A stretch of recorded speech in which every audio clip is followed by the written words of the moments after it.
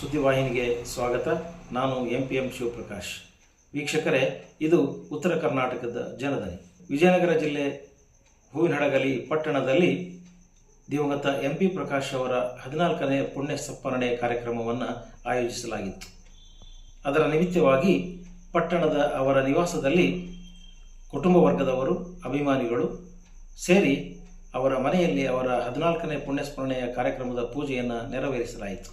ಈ ಸಂದರ್ಭದಲ್ಲಿ ಗವಿಮಠದ ಡಾಕ್ಟರ್ ಹಿರಿಶಾಂತವೀರ ಮಹಾಸ್ವಾಮಿಗಳು, ಹಿರೇಮಲ್ಲನಕೇರಿ ಮಠದ ಶ್ರೀಗಳು, ನೀಲ್ಗುಂದದ ಶ್ರೀಗಳು ಭಾಗವಹಿಸಿ ಪೂಜಾ ಕಾರ್ಯಕ್ರಮವನ್ನು ನೆರವೇರಿಸಿದರು.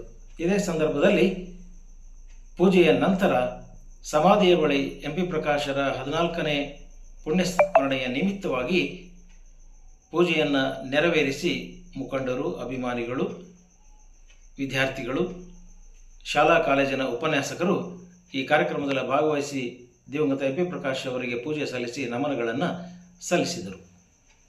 ದಿವಂಗತ MP ಪ್ರಕಾಶ್ ಅವರು ಸಜ್ಜನ ರಾಜಕಾರಣಿಗಳಾಗಿದ್ದರು, ಅಜಾತ ಶತ್ರುಗಳಾಗಿದ್ದರು. ರಾಜಕೀಯವನ್ನು ಬಹಳ ಉದಾತ್ತ ಆಲೋಚನೆಯ ಮೂಲಕ ನೋಡುವಂಥ ದೂರದೃಷ್ಟಿಯುಳ್ಳವರಾಗಿದ್ದರು. ಅವರು ಹೂವಿನಹಡಗಲಿಗೆ 1965ರಲ್ಲಿ ರಂಗಭಾರತಿ ಸಂಸ್ಥೆಯನ್ನು ಸ್ಥಾಪಿಸಿ ನಾಟಕ, ಸಾಹಿತ್ಯ, ಸಂಗೀತ, ಕ್ರೀಡೆ, ಆರೋಗ್ಯ ಸೇರಿದಂಥ ಅನೇಕ ಕಾರ್ಯಕ್ರಮಗಳ ಆಯೋಜಿಸುವುದರ ಮೂಲಕವಾಗಿ ಈ ಭಾಗದ ಜನಮಾನಸದಲ್ಲಿ ಗಟ್ಟಿಯಾಗಿ ಉಳಿದಿದ್ದಾರೆ. MP ಪ್ರಕಾಶ್ ಅವರು ಉದಾತ್ತ ಆಲೋಚನೆಗಳನ್ನು ಹೊಂದಿ ಮುಂಬರುವ ದಿನಗಳಿಗೆ ಯುವಕರಿಗೆ ಒಳಿತನ್ನು ಮಾಡುವ ಆಲೋಚನೆಗಳನ್ನೇ ಮಾಡುತ್ತಾ ಬಂದಿದ್ದಾರೆ. ಎಡಪಂಥೀಯ ಧೋರಣೆಗಳನ್ನು ಹೊಂದಿದ್ದ ಪ್ರಕಾಶ್ ಅವರು ಈ ಭಾಗದಲ್ಲಿ ಹುಲಿಗುಡ್ಡ ಏತ ನೀರಾವರಿ ಯೋಜನೆಯನ್ನು ಮಾಡುವುದರ ಮೂಲಕವಾಗಿ ಭೂಮಿಗೆ ನೀರನ್ನು ಹರಿಸಿ ರೈತರ ಬೆಳಕಿಗೆ ಬಾಳನ್ನು ತಂದುಕೊಡುವ ಪ್ರಯತ್ನವನ್ನು ಮಾಡಿದ್ದಾರೆ. ರೈತರು ಇಂದಿಯೂ ಕೂಡ MP ಪ್ರಕಾಶ್ನವರನ್ನು ತಮ್ಮ ಮನದಲ್ಲಿ ನೆನೆಸುತ್ತಿದ್ದಾರೆ. ರಾಷ್ಟ್ರ ಮಟ್ಟದ ನಾಯಕರನ್ನು, ಕಲಾವಿದರನ್ನು, ಸಾಹಿತಿಗಳನ್ನು ಕರೆಸುವುದರ ಮೂಲಕ ಹೂವಿನಹಡಗಲಿಯನ್ನು ಕರ್ನಾಟಕ ರಾಜ್ಯದಲ್ಲಿ ಗುರುತಿಸಿದ ಕೀರ್ತಿ ಅವರದ್ದಾಗಿದೆ.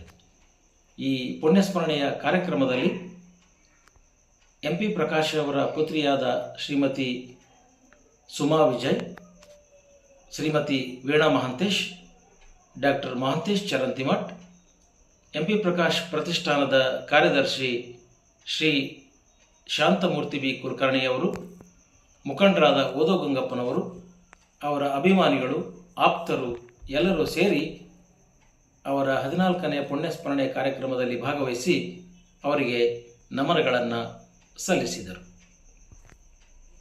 ರಂಗಭಾರತಿ ಎನ್ನುವ ಸಂಸ್ಥೆಯನ್ನು ಹುಟ್ಟುಹಾಕಿ ಅಪರೂಪದ ಪ್ರಯೋಗಗಳ ಮೂಲಕ ಹವ್ಯಾಸಿ ರಂಗಭೂಮಿಯ ಹೊಸ ಮಜಲಿಗೆ ನಾಂದಿ ಹಾಡಿದರು. ಉತ್ಪಲ್ ದತ್ತರ ನಾಟಕವನ್ನು ಕನ್ನಡಕ್ಕೆ ಸೂರ್ಯ ಶಿಕಾರಿ ಎನ್ನುವ ಹೆಸರಿನಲ್ಲಿ ಅನುವಾದಿಸಿದರು. ರಂಗಭೂಮಿ ಸಾಧನೆಗಾಗಿ ನಾಟಕ ಅಕಾಡೆಮಿಯ ಫೆಲೋಶಿಪ್ ಕೂಡ ಇವರಿಗೆ ಸಿಕ್ಕಿತ್ತು. ಚೌಕಮಾರ ಸ್ವಾಮಿ, ಅದೇ ರೀತಿಯಾಗಿ ಪುಟ ಕುರುವತ್ತಿ ಇವೆಲ್ಲ ನಮ್ಮ ಚಂಪಾದ ಸಂಘದ ನಾಟಕಗಳು, ಕರ್ನಾಟಕದ ಎಲ್ಲ ನಾಟಕಗಳನ್ನು ಆಡಿಸಿದೆ. ಇಲ್ಲಿ ಬೆಂಗಳೂರಲ್ಲಿ ನಾಟಕ ಆಡೋಕ್ಕಿಂತ ಪೂರ್ವದಲ್ಲಿ ಅಗ್ನಿ ಮತ್ತು ಅದನ್ನು ನಾನು ಅಲ್ಲೇ ಆಡಿಸ್ಬಿಡ್ತೀನಿ. ಈ ಚಟುವಟಿಕೆಗಳ ಮಧ್ಯದಲ್ಲೂ ರಾಜಕೀಯ ಅವರನ್ನು ಕೈಬೀಸಿ ಕರೆದಿತ್ತು. 1963ರಲ್ಲಿ ಸಮಾಜವಾದಿ ಪಕ್ಷಕ್ಕೆ ಜಿಲ್ಲಾ ಅಧ್ಯಕ್ಷರಾಗಿ ನೇಮಕಗೊಂಡರು. 1973ರಲ್ಲಿ KG ಮಹೇಶ್ವರಪ್ಪ ಅವರ ನೇತೃತ್ವದಲ್ಲಿ ನಡೆದ ಮಹತ್ವದ ಸಂಡೂರಿನ ಭೂ ಹೋರಾಟ ಚಳುವಳಿಯಲ್ಲಿ ಪ್ರಮುಖ ಪಾತ್ರವನ್ನು ವಹಿಸಿದರು. ಮಹಾರಾಜರ ಜಹಗೀರು ಜಮೀನಿನಲ್ಲಿ ದುಡಿಯುತ್ತಿದ್ದ ರೈತರಿಗೆ ಈ ಚಳುವಳಿಯಿಂದ ಸ್ವಂತಕ್ಕೆ ಜಮೀನು ದೊರೆಯುವ ಹಾಗೆ ಆಯಿತು. 1978ರಲ್ಲಿ ಅಂದಿನ ಜನತಾ ಪಕ್ಷದ ಮೂಲಕ ಹೂವಿನಹಡಗಲಿಯಲ್ಲಿ ಮೊದಲ ಬಾರಿಗೆ ಪ್ರಕಾಶ್ ಚುನಾವಣೆಗೆ ನಿಂತರು. ಆದರೆ ಚುನಾವಣೆಯಲ್ಲಿ ಗೆಲುವು ಸಾಧಿಸಲಾಗಲಿಲ್ಲ.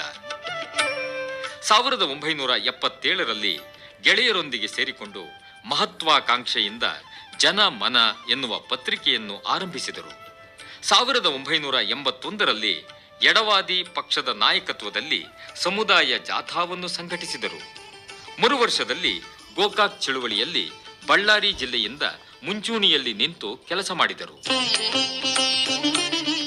1983ರಲ್ಲಿ ವಿಧಾನಸಭೆಯ ಚುನಾವಣೆಗೆ ನಿಂತು ಗೆಲುವನ್ನು ಸಾಧಿಸಿ ಹೆಗಡೆಯವರ ನೇತೃತ್ವದಲ್ಲಿ ಕ್ಯಾಬಿನೆಟ್ ದರ್ಜೆಯ ಸಾರಿಗೆ ಸಚಿವರಾದರು. 1985ರಲ್ಲಿ ವಿಧಾನಸಭೆಗೆ ಗೆದ್ದು ಕೃಷಿ ಮತ್ತು ಕನ್ನಡ ಸಂಸ್ಕೃತಿ ಸಚಿವರಾಗಿ ಕೆಲಸ ಮಾಡಿದರು.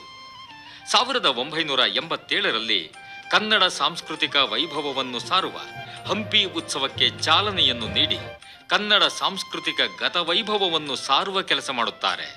ಇದೇ ಅಲ್ಲದೆ ರಂಗಾಯಣ, ಹಂಪಿ ವಿಶ್ವವಿದ್ಯಾಲಯ, ಕೃಷಿ ವಿಶ್ವವಿದ್ಯಾಲಯಗಳ ಸ್ಥಾಪನೆಯಲ್ಲಿ ಇವರ ಪಾತ್ರವೇ ಪ್ರಮುಖವಾಗಿದ್ದು ಪರಿಕಲ್ಪನೆ ಕೂಡ ಪ್ರಕಾಶ್ ಅವರದ್ದೇ. ವಿದ್ಯಾರ್ಥಿಗಳಿಗೆ ಪಾಸ್, ಗ್ರಾಮೀಣ ಸಾರಿಗೆ ಮತ್ತು ನಿರ್ಮಲ ಕರ್ನಾಟಕ ಶೌಚಾಲಯ ವ್ಯವಸ್ಥೆ ಮೊದಲಾದ ಯೋಜನೆಗಳ ರೂವಾರಿ ಎಂಪಿ ಪ್ರಕಾಶ್ ಎನ್ನುವುದು ಅವರ ಆಲೋಚನೆ ಮತ್ತು ಅದನ್ನು ಕಾರ್ಯಗತ ಮಾಡುವ ಇಚ್ಛಾಶಕ್ತಿಯೂ ಕೂಡ ಎದ್ದು ಕಾಣುವಂತಹದ್ದೇ. 1989ರಲ್ಲಿ ಜನತಾ ಪಕ್ಷ ವಿಭಜನೆಯಾಗಿ ಹೆಗಡೆ ನೇತೃತ್ವದ ಜನತಾ ದಳದ ಬಣಕ್ಕೆ ಸೇರ್ಪಡೆಯಾದರು. 1994 ಮತ್ತು 2004ರ ಸಾರ್ವಜನಿಕ ಚುನಾವಣೆಯಲ್ಲಿ ಗೆಲುವು ಸಾಧಿಸಿ ಎನ್ಡಿಎ ಸರ್ಕಾರದ ಭಾಗವಾಗಿ ಕೂಡ ಕೆಲಸ ಮಾಡಿದ್ದಾರೆ. ತಮ್ಮ ಅಧಿಕಾರಾವಧಿಯಲ್ಲಿ ಸಾರಿಗೆ, ಕಾರ್ಮಿಕ, ಕೃಷಿ, ಕನ್ನಡ ಸಂಸ್ಕೃತಿ, ವಾರ್ತಾ ಮತ್ತು ಪ್ರವಾಸೋದ್ಯಮ, ಉಪಮುಖ್ಯಮಂತ್ರಿ, ಗೃಹ, ಕಾನೂನು, ಸಂಸದೀಯ ವ್ಯವಹಾರಗಳ